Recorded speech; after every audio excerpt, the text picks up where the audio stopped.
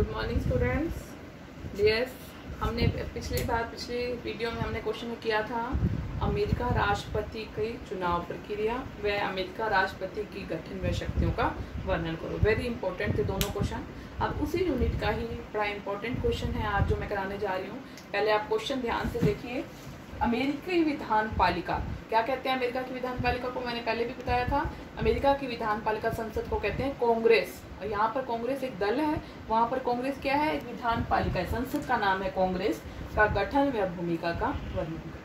अब ये क्वेश्चन पहले तो देखो और कई तरीकों से आ सकता है। जैसे ऐसे भी आ सकता है, जैसे कांग्रेस के दो सदन हैं, प्रतिनिधि सदन और सीनेट। तो ये क्वेश्चन ऐसे भी आ सकता है, प्रतिनिधि सदन का गठन व शक्तियों का वर्णन करो, या सीनेट का गठन व शक्तियों का वर्णन करो। और दोनों में से किसी एक सदन के बारे में भी पूछ सकते हैं। तो मैं आज आपको दोनों सदन कराऊंगी पैरेलल। तो आज हम सबसे पहले इंट्रोडक्शन में क्या डालेंगे?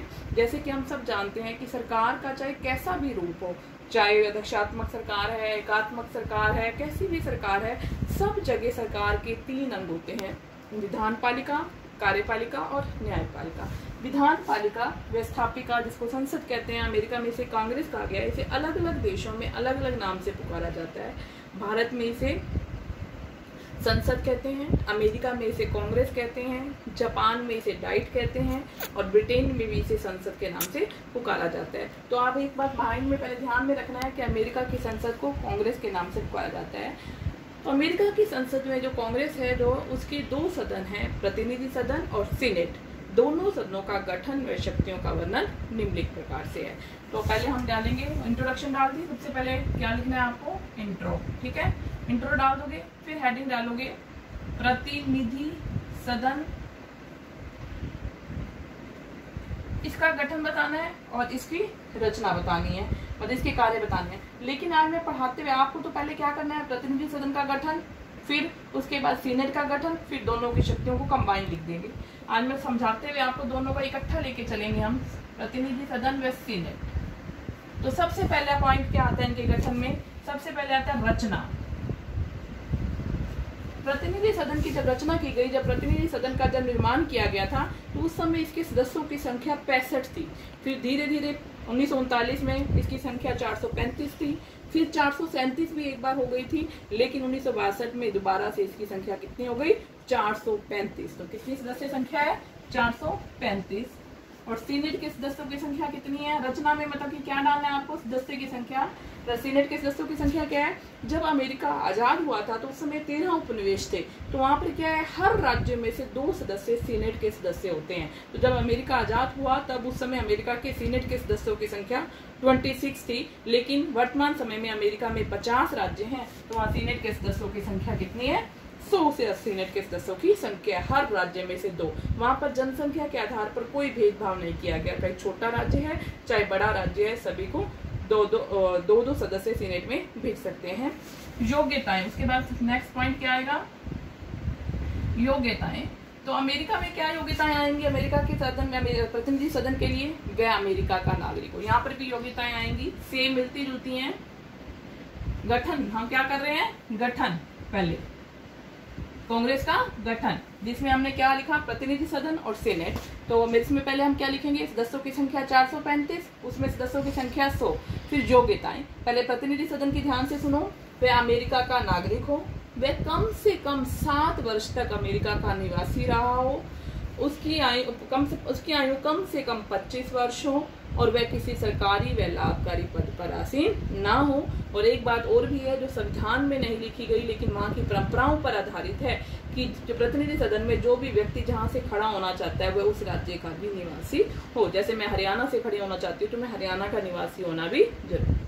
फिर देखो, वह अमेरिका का जन्मजात नागरिक हो, उसकी आयु कम से कम 25 वर्ष हो, वो 7 वर्ष तक अमेरिका में रहा हो, और वह किसी सरकारी व लाभकारी पद पर आसीन ना हो। और एक बात और है कि जिस राज्य से वो खड़ा होना चाहता है उस राज्य का भी वो निवासी होना चाहिए।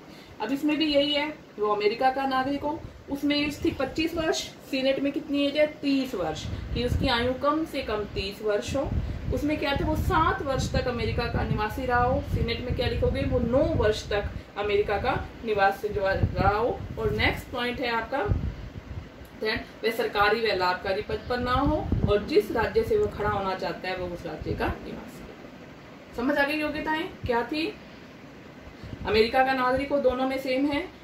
जब उसके बाद वहां पर 25 वर्ष प्रतिनिधि सदन की, सीनेट की एज कितनी बताइए? 30 वर्ष।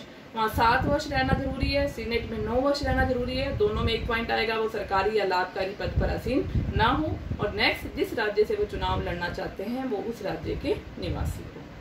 ठीक है, योग्यताएं। फिर उसके बाद आ जाता है कार्यकाल। प्रतिनिधि सदन का कार्यकाल है 2 वर्ष। एक सबसे बड़ा ड्राबैक भी कह सकते हैं, आगे हम पढ़ेंगे। सबसे बड़ी कमी यही है वहां पर, प्रतिनिधि सदन के कमजोर होने का मेन कारण भी वहां पर यही है कि वहां पर प्रतिनिधि सदन का जो कार्यकाल है सिर्फ 2 वर्ष रखा गया है। इससे कई बार प्रॉब्लम्स भी आती है कि कई बार अभी तो मंत्री अपने पद को सही तरह से समझने लगते हैं तो दोबारा से उनका कार्यकाल समाप्त हो जाता है। कई योजनाएं पास भी नहीं होती, कानून अभी बीच में अधर में लटक जाते हैं और प्रतिनिधि सदन का कार्यकाल समाप्त हो जाता है। सीनेट का कार्यकाल है 6 वर्ष। ये एक स्थायी सदन है भारतीय राज्यसभा की तरह। इसमें 1/3 सदस्य प्रत्येक 2 वर्ष बाद सेवानिवृत्त होते हैं, मतलब कि सारे सदस्य एक ही बार पद से नहीं हटते हैं। 1/3 सदस्य हर 2 वर्ष के बाद अपने पद से हटते हैं, जिसके इसको क्या बोलते हैं? स्थायी सदन बोलते हैं। उसके बाद है वेतन। दोनों का वेतन सेम है, 65,000। क्या लिखोगे नेक्स्ट पॉइंट? वेतन $65,000 प्रति वर्ष, सेम है यहाँ पर भी। फिर उसके बाद है अध्यक्ष। क्या होता है इसका? अध्यक्ष को क्या बोलते हैं? लोकसभा का स्पीकर क्या बोलते हैं? स्पीकर। और इसको क्या बोलते हैं? सभापति, जिसको उपराष्ट्रपति होता है। कौन होता है सभापति? जैसे भारत में है, हमने अमेरिका से ही ये बात ली है कि राज्यसभा का सभापति क्या होता है? देश का उपराष्ट्रपति होता है। ऐसे ही अमेरिका में सीनेट का जो अध्यक्ष होता है, जो सभापति होता है, वो कौन होता है? वहां का उपराष्ट्रपति होता है। उपराष्ट्रपति जो है वो सीनेट के सभापति पद को संभालता है। उसके बाद है बैठकों की अध्यक्षता। बैठकें दोनों में सेम आएगा। 3 जनवरी को दोनों की बैठकें शुरू होती हैं। हर साल 3 जनवरी को बैठक होती है। मान लो कोई दोनों में विवाद हो जाए तो दोनों की संयुक्त अधिवेशन भी बुलाया जाता है, जो राष्ट्रपति उसकी अध्यक्षता करता है या प्रतिनिधि सदन का जो स्पीकर है वो उसके पद को संभालता है, दोनों बैठकों की अध्यक्षता करता है, उनमें सुलह कराने की कोशिश करता है। उसके बाद है कोरम। कोरम किसको बोलते हैं? मैं आपको ये बता रही हूँ, गठन में मेन पॉइंट लिख रही हूँ कि क्या क्या चीजें लिखनी होती है। कोरम, कोरम का मतलब होता है गणपूर्ति, जहाँ पर हम भारत में इसको क्या बोलते हैं? गणपूर्ति। इसका क्या मतलब है कि प्रतिनिधि सदन को कोई भी काम करने के लिए क्या है, कम से कम बहुमत सदस्यों का उपस्थित होना जरूरी है। जैसे 435 सदस्य हैं तो कितने सदस्य उपस्थित होना जरूरी है? 218, आधे से एक ज्यादा। ऐसे ही सीनेट में कितने सदस्य होने जरूरी हैं? 51, 100 सदस्य हैं, आधे से एक ज्यादा। अगर बहुमत उपस्थित नहीं है तो सीनेट या प्रतिनिधि सदन कोई भी कार्यवाही नहीं कर सकता है, कोई भी डिसीजन नहीं लेता। इनकी बैठकों को स्थगित कर दिया जाता है जब तक सभी सदस्य उपस्थित ना हो जाए। ठीक है, और उनको कुछ विशेष अधिकार दिए गए हैं। नेक्स्ट लास्ट पॉइंट में क्या आएगा? विशेष अधिकार। दोनों के सेम है। इनके खिलाफ एक महाअभियोग के छोड़कर और कोई भी की तरफ से, न्यायालय की तरफ से कार्यवाही नहीं की जा सकती। इसे इन्हें किसी भी न्यायालय में पेश होने के लिए मजबूर नहीं किया जा सकता है और इनके खिलाफ कोई भी दीवानी या फौजदारी मुकदमा नहीं चलाया जा सकता है। ये इनके क्या थे? विशेष अधिकार। ये मैंने आज आपको क्या कराया? पहले गठन कराया है। किसका? कांग्रेस का गठन, जिसमें आपने क्या करना है? बताना है। पहले इंट्रोडक्शन में क्या बताओगे? व्यवस्थापिका को अलग अलग नाम से पुकारा जाता है। अमेरिका में इसे कांग्रेस कहते हैं। अमेरिका में कांग्रेस के 2 सदन हैं, प्रतिनिधि सदन और सीनेट। सीनेट क्या है? ऊपरी सदन है, जिसे दूसरा सदन भी कहते हैं, और प्रतिनिधि सदन जो है निचला सदन है, जिसे प्रथम सदन भी कहा जाता है। तो दोनों का गठन निम्नलिखित प्रकार से है। पहले बताओगे रचना, जिसमें सदस्यों की संख्या बताओगे। प्रतिनिधि सदन की 435 है और सीनेट में सदस्य संख्या कितनी है? 100। हर राज्य से 2 सदस्य आते हैं। उसके बाद उनकी योग्यताएं बतानी है। दोनों की क्या है? सेम मिलती जुलती हैं, बस एज डिफरेंस है। प्रतिनिधि सदन में 25 वर्ष, सीनेट में 30 वर्ष। फिर उसके बाद वेतन बता देंगे। अध्यक्ष उसको स्पीकर कहते हैं, उसको सभापति कहते हैं, जो अमेरिका का राष्ट्रपति होता है। उसके बाद कोरम, बैठकें 3 जनवरी को दोनों सदनों की समान इकट्ठी बैठकें शुरू होती हैं और संयुक्त अधिवेशन जो होता है उनका कौन लेता है? राष्ट्रपति लेता है। और नेक्स्ट है कोरम, गणपूर्ति, मतलब कि कोई भी डिसीजन लेने के लिए 10 बहुमत का उपस्थित होना जरूरी है, आधे से एक। जैसे 435 जनसंख्या है तो कितनी होने चाहिए? 218 लोग। और सीनेट में 100 है तो कितने? 51 सदस्य उपस्थित होने जरूरी है। अगर बहुमत वाले सदस्य उपस्थित नहीं है तो कोई भी डिसीजन नहीं लिया जाता। दोनों सदनों को कुछ विशेष अधिकार हैं। वो अधिकार क्या है? दोनों सदनों को किसी के खिलाफ महाभियोग के अलावा इन पर कोई भी मुकदमा नहीं चलाया जा सकता। इन्हें किसी के खिलाफ गवाही देने के लिए मजबूर नहीं किया जा सकता है। और तीसरा क्या है, इन पर कोई भी दीवानी या फौजदारी मुकदमा नहीं किया। तो ये क्या था, दोनों का गठन मैंने पैरेलल ही करा दिया है, लेकिन पेपर में आप अलग अलग लिख दोगे तो भी, अगर आपके पास टाइम इकट्ठा है तो इकट्ठा लिख दो, का टाइम कम है फिर तो आप अलग अलग लिखोगे। ठीक है।